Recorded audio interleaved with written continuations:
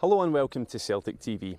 It's Tuesday the 1st of July and you catch us here on the training ground at Badlean just to have a quick idea of how the Celts are getting on during the pre-season training camp. And who better to put us right in the picture than Celtic Assistant Manager John Collins. John, thanks for taking the time for a quick word with us. I know you're pretty busy just now, get a very intense training session just finished there. Yep, terrific session, high tempo, that's what we're after from the boys, high tempo training, high tempo performances during the matches, so the boys are working really hard.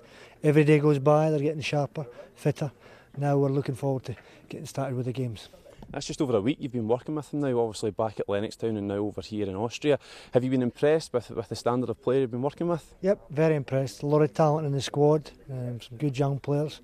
The job for us now is to try and get them playing even better. They had a terrific season last year. Can we get an even better season this year?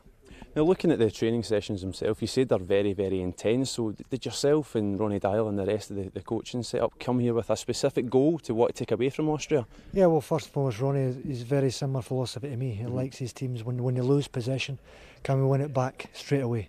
We want to have the football the majority of the time on the pitch. So we want to keep possession, pass it well, nice and sharp and quick. But as soon as we lose it, instant reactions from the players to win it back. So that's what we've been working on with the players, and it's really hard work, it's intensive, but they're reacting well, and every day goes by they're getting better. Seems like a really good mix as well of youth and experience.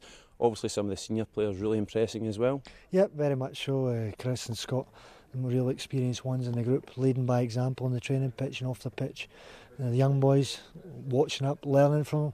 So we've got a terrific mix in the squad, a good mixture of 23 to 28 year olds, great ages, but overall I think there's a lot of quality.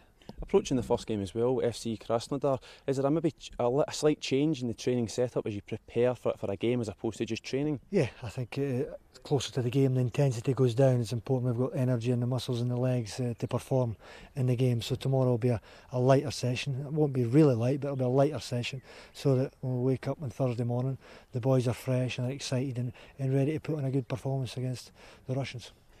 John, there's a tradition here at Celtic where someone arrives at the club, they have to sing in front of the squad. Now last night, I understand you made a promise to the rest of the squad you were going to give them a song tonight. So are you going to give us a hint what it might be, or even a couple of bars? I can't remember promising. Did I promise? I think the word promise might have been used. It might have been used on your behalf. Well, I don't break promises, so if I said I've promised, then tonight's the night, buy your tickets.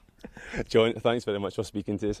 Now, of course, if you want to stay up to date with all the goings on here in Austria, then check the official Celtic website, or you can follow us on Twitter at Celtic TV or at Celtic FC. We'll catch you again tomorrow, so until then, hail, hail and auf Wiedersehen.